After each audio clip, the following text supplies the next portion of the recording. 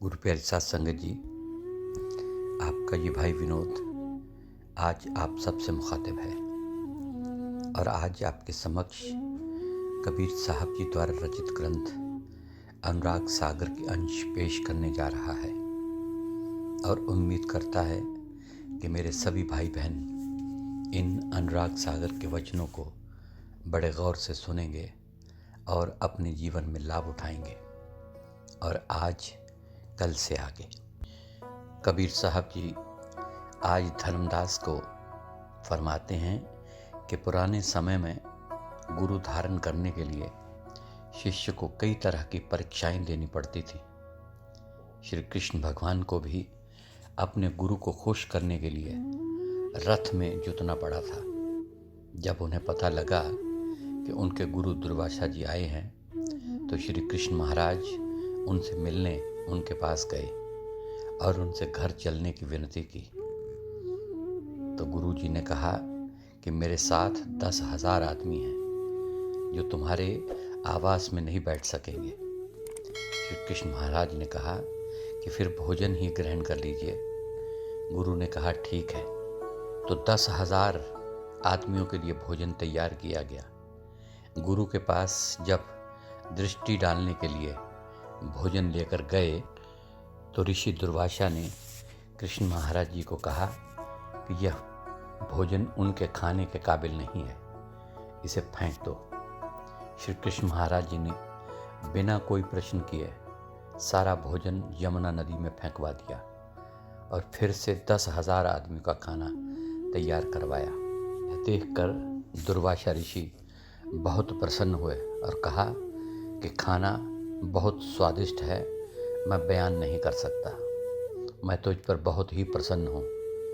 तो श्री कृष्ण भगवान ने कहा कि यदि सब आदमी हमारे घर नहीं आ सकते तो कम से कम आप ही चलें। तो ऋषि दुर्वासा जी ने कहा कि यदि तुम मुझे अपने घर ले जाना चाहते हो तो आज मैं एक इतिहास में एक चीज़ दर्ज करना चाहता हूँ। वो ये कि मैं ऐसा कुछ करना चाहता हूँ कि जिसे सारी दुनिया याद रखे। दुनिया याद रखे कि दुर्वासा ऋषि कभी कृष्ण के घर गया था। श्री कृष्ण महाराज ने कहा कि महाराज आप हुक्म तो करें। तो दुर्वासा ऋषि ने कहा कि तुम और रुक्मणी रथ के आगे घोड़ों के स्थान पर जुतो और मुझे खींच कर अपने घर ले जाओ। श्री कृष्ण भगवान ने कहा गुरुजी, मैं तो आपका सेवक हूँ, मैं आपकी आज्ञा पालन करने के लिए तैयार हूँ, पर मैं एक बार रुक्मणी से पूछा हूँ। श्री कृष्ण भगवान घर गए और रुक्मणी से कहा कि हे रुक्मणी, हमारे गुरुजी हमारे घर आने के लिए राजी हैं, पर वे कहते हैं कि रथ में घोड़ों की जगह तुम दोनों जुतो। रुक्मणी ने कहा कि हे भगवान, घोड़ों का काम इंसान कैसे करेगा? मुझसे तो खाली रथ भी नहीं खींचा जाएगा, और जब दुर्वासा ऋषि बैठ गए तो मैं कैसे खींच पाऊंगी? श्री कृष्ण भगवान ने उनसे कहा कि तुम बस कंधा लगाए रखना, तुम्हारी तरफ का जोर भी मैं लगा दूंगा, क्योंकि हमें गुरु को खुश करना है। रुक्मिणी ने कहा कि ठीक है, क्योंकि मुझे तो आपको खुश करना है और आप अपने गुरु को खुश कीजिए। ये कहकर वह श्री कृष्ण के साथ चल पड़ी। जब वे दोनों रथ के आगे जुटे तो दुर्वासा ऋषि ने 8-10 आदमी और रथ में चढ़ा लिए। वे दोनों रथ खींचने लगे। भार अधिक होने के कारण वे थोड़ा रुक रुक कर चलते थे। जब वे रुकते तो दुर्वासा उन पर कोड़े बरसाने शुरू कर देते और दुर्वासा कृष्ण भगवान से और रुक्मिणी से कहते कि एक पल के लिए भी मत रुको। कई बार उनको चाबुक खाने पड़े। उन दोनों की पीठ से खून निकलना शुरू हो गया, कपड़े फट गए और बहुत दर्द हुआ, और घर तक पहुँचते पहुँचते वे दोनों निढाल हो गए। जब मंजिल मकसूद पर पहुँचे तो दुर्वासा जी ने रथ से उतरकर कृष्ण भगवान को गले से लगा लिया और फरमाया कि जाओ कृष्ण, तुम त्रिलोकी के मालिक हो गए। कबीर साहब जी ने धर्मदास को फरमाया कि कृष्ण भगवान त्रिलोकी के मालिक कब बने? जब उन्होंने अपने गुरु का हुक्म माना। एक बार अपने गुरु को खुश कर लो, पर गुरु किस बात से खुश होता है ये हमें भी जानना पड़ेगा। गुरु का खुश होना बहुत मुश्किल है, पर जब गुरु खुश हो गया तो सारी दुनिया के क्लेश खत्म हो जाएंगे। कहो गुरु गुरु ज्ञान विचारी, कहो है पुरुष कौन है नारी। गुरु को धारण करके उसके ज्ञान को विचारना चाहिए। ये सच्चे पातशाह गुरु का ज्ञान क्या है, पुरुष कौन है, कौन नारी है, ये सवाल कबीर साहब रामानंद जी से कर रहे हैं। गुरु का शब्द क्या है, गुरु का शब्द क्या काम करेगा, ये सब बातें कबीर साहब रामानंद जी से पूछ रहे हैं। कौन पुरुष को सिमरो नामा, कहो कहाँ है अभिचल धामा। वह कौन सा पुरुष है जिसके नाम का सिमरन करना चाहिए। वह कौन सा धाम है जिसका कभी नाश नहीं होता। वह कौन सा स्थान है जो कभी फना नहीं होता। कहाँ जाएं कि हम कभी नष्ट न हों। कैसे हमारा आवागमन का चक्र समाप्त हो सकता है। आगे कबीर साहब गुरु रामानंद जी से प्रश्न करते हैं। कहो ध्यान कीजिए कह केरा, तन छूटे कहो कहाँ बसेरा। कबीर साहब जी फरमाते हैं कि हे गुरु जी, मुझे बताइए कि मैं किसका ध्यान करूं, मरने के बाद मनुष्य कहाँ जाता है। इन सब का उत्तर देने का कृपा करें। श्री रामानंद उवाच। रामानंद कहे सुन पूता, गुरुमुख ज्ञान रहे समजुगता। रामानंद जी फरमाते हैं कि हे कबीर, मैं बहुत ही प्रेम से तुम्हें सब बातें बताने जा रहा हूँ।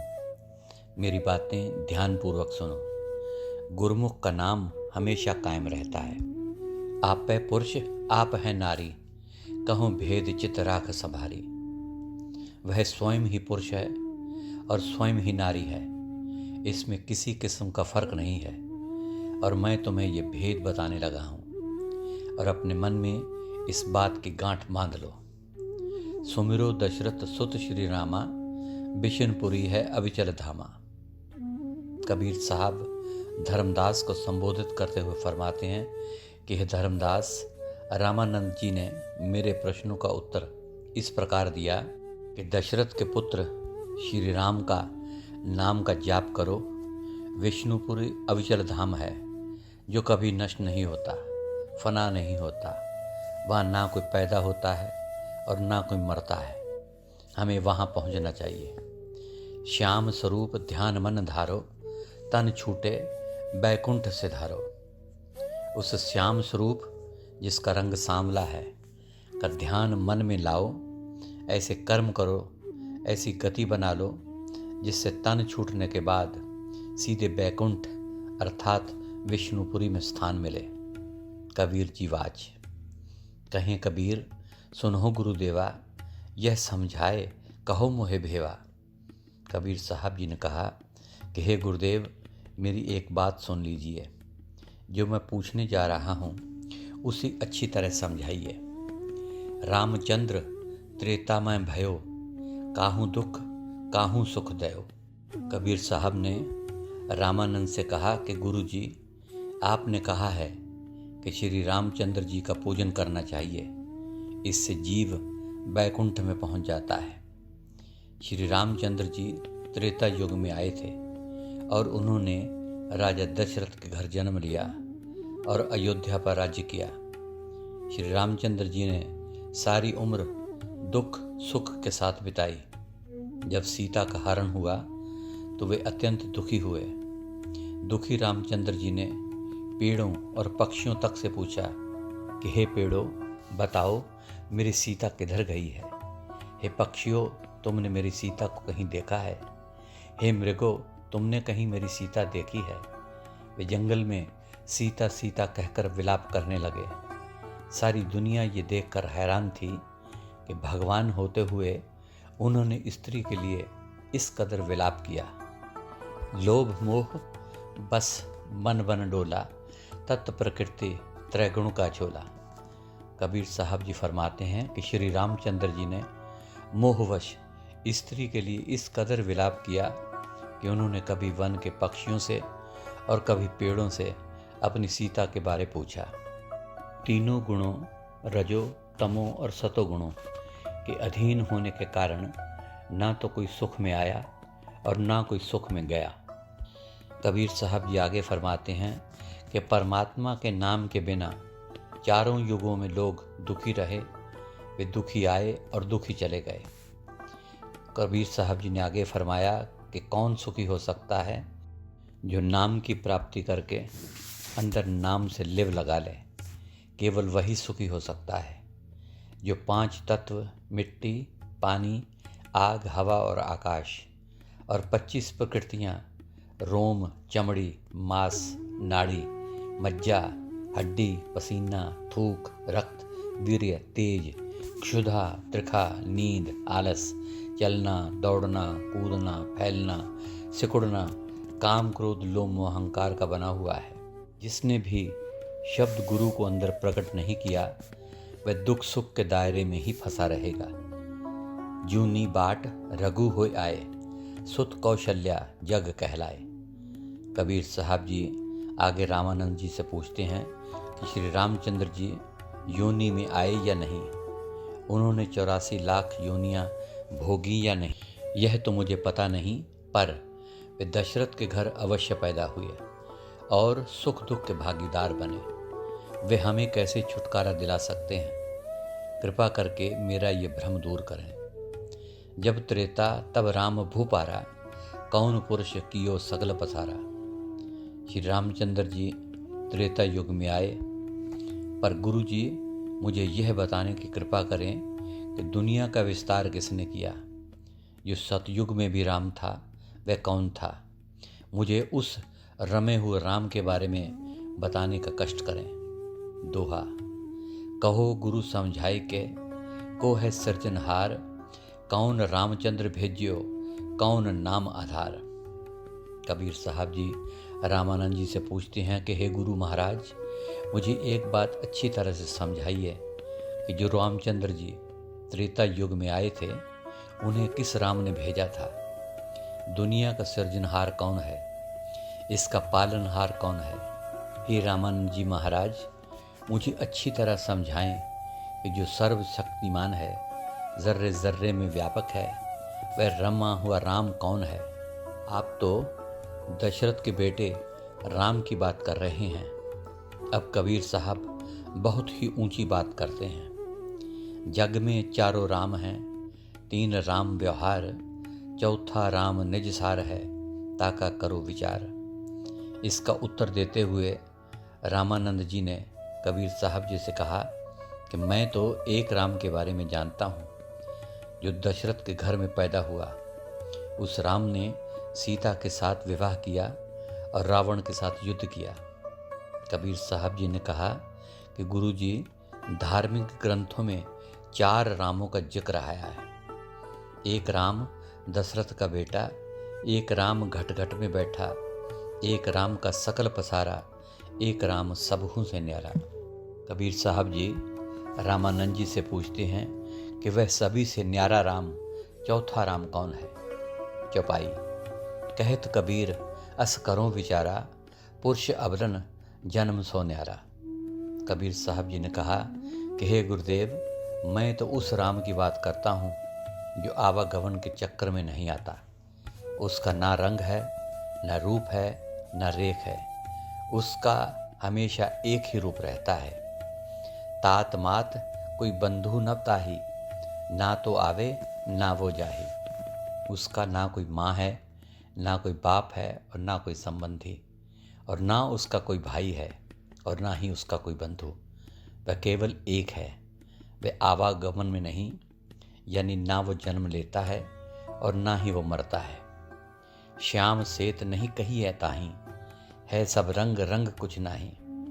कबीर साहब जी आगे फरमाते हैं कि वह प्रत्येक स्थान पर है। वह एक रंगी भी है और बहुरंगी भी है, खुशी में भी है, गम में भी है।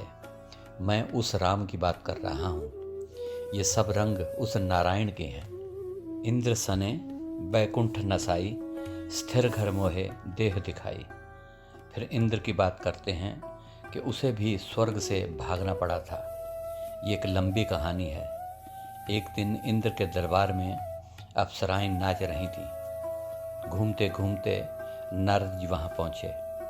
इंद्र ने नारद जी से कहा कि देखो मेरे दरबार की लीला कितनी बड़ी है, कितनी सुंदर सुंदर अप्सराएं यहाँ नाच रही हैं। मेरा दरबार बेअंत है। नारद ने कहा कि तुम इन स्त्रियों के पीछे भाग रहे हो। यदि तुम गौतम ऋषि की पत्नी को देख लोगे तो तुम्हें पता चल जाएगा कि वह सुंदरता में अकेली ही इन सब अप्सराओं के ऊपर है। वह अति सुंदर है। इंद्र सुंदरता का बहुत दीवाना था। वह सुंदरता पर मरता था।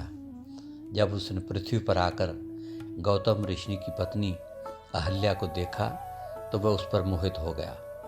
उसने सोचा कि किसी भी तरीके से इसके साथ मिलाप करना चाहिए। इंद्र ने देखा कि गौतम ऋषि सुबह 4 बजे गोदावरी नदी में स्नान करने के लिए जाया करते थे और उन्हें काफ़ी समय लग जाता था। उसने सोचा कि मेरे मिलाप का यही टाइम ठीक रहेगा। उसने चंद्रमा के पास जाकर कहा कि मेरा एक काम कर दो। गौतम ऋषि मुर्गे की बांग सुनकर सुबह 4 बजे नदी में स्नान करने के लिए जाते थे। उसने कहा कि तुम मुर्गा बनकर 4 बजे के बजाय सुबह 2 बजे बांग दे देना। चंद्रमा इस बात पर राजी हो गया। उसने कहा कि ठीक है। चंद्रमा ने 2 बजे ही बांग दे दी। गौतम ऋषि चुपचाप राम राम करते हुए स्नान करने के लिए गोदावरी नदी की तरफ चल पड़े। इधर गौतम ऋषि का रूप धार कर इंद्र अहिल्या के पास आ गया। अहिल्या ने पूछा कि स्वामी, आज आप जल्दी लौट आए, क्या बात है? गौतम ऋषि के भेष में इंद्र ने कहा कि आज मेरा मन डामाडोल हो गया है, इसलिए मैं जल्दी लौट आया हूँ। गौतम ऋषि की बेटी, जिसका नाम अंजलि था, जब गौतम ऋषि स्नान करने के लिए जाते तो माँ बेटी एक ही कमरे में सो जाती थी। उस दिन जब लड़की ने देखा कि पिताजी आ गए हैं, वह उठकर दूसरे कमरे में चली गई। बहुरूपीय इंद्र ने अहिल्या के साथ प्रेम की बातें करनी शुरू कर दी और उसके साथ विहार किया। उधर गौतम ऋषि जब नदी पर गए तो नदी ने कहा कि मैं अभी नग्न हूँ, मैं 4 बजे कपड़े पहनती हूँ, तुम 2 बजे क्यों आ गए हो? घर जाकर देखो, तुम्हारे घर में चोर घुस आए हैं। जब ऋषि लौटकर घर वापस आए तो वहाँ मुर्गे को देखा। ऋषि ने मुर्गे को कहा कि अपने असली रूप में आ जाओ। मुर्गा तुरंत चंद्रमा बन गया और जब वह भागने लगा तो गौतम ऋषि ने उसे अपने गमछे से उसे मारा। गमछे की मार से चंद्रमा पर दाग पड़ गया और जो दाग आज तक चंद्रमा पर लगा हुआ है। जब अंदर गए देखा कि इंद्र अहिल्या के साथ प्रेम की बातें कर रहा था। गौतम ऋषि को देखकर जब इंद्र भागने लगा तो उन्होंने कहा कि इंद्र, तुमने ये बहुत बुरा काम किया है। ऋषि ने उसे श्राप देते हुए कहा कि तुम एक भग के लिए यहाँ आए थे, जाओ, तुम्हारे शरीर में 1000 भग हो जाएं। इंद्र के शरीर पर भग के निशान हो गए। वह शर्म के मारे इंद्रपुरी नहीं गया। फिर उसने परमात्मा की आराधना की तो उसे क्षमा मिली, परंतु फिर भी उसके माथे पर एक भग का निशान रह गया। आज भी जब आप इंद्र की फोटो देखें तो उसके माथे पर एक भग का चिन्ह है। इंद्र देवता को मानने वाले अभी भी अपने माथे पर औरत का यह चिन्ह लगाते हैं। कबीर साहब ये आगे फरमाते हैं कि 3 लोक सब पर लय होई, निज घर धाम कहे है सोई। आकाश लोक, मृत्यु लोक और पाताल लोक, ये तीनों नष्ट हो जाएंगे, क्योंकि त्रिकुटी तक की रचना ब्रह्म के अंतर्गत आती है। ब्रह्म काल का देश है। जब प्रलय आती है तो त्रिकुटी तक की रचना तक का विनाश हो जाता है। उस समय धरती पानी में घुल जाती है, पानी को अग्नि और अग्नि को हवा और हवा को आकाश और आकाश को माया खा जाती है और माया को ब्रह्म खा जाता है और ब्रह्म पार ब्रह्म में लीन हो जाता है। जब महाप्रलय आती है तो भंवर गुहा तक की रचना खत्म हो जाती है। सिर्फ सचखंड देश रह जाता है, सिर्फ निरंकार रह जाता है। गुरु प्यारी साध संगत जी, आज के लिए इतना ही। कल अनुराग सागर के आगे के अंश आपके समक्ष रखूँगा। तब तक के लिए इस नाचीज़ को इजाज़त दीजिए। और आखिर में मेरी तरफ से आप सभी भाई बहनों को मेरी तरफ से प्यार भरी धन धन सतगुरु तेरा ही आसरा, हाजिर नाजिर जिंदा राम तेरा ही आसरा अर्ज़ है।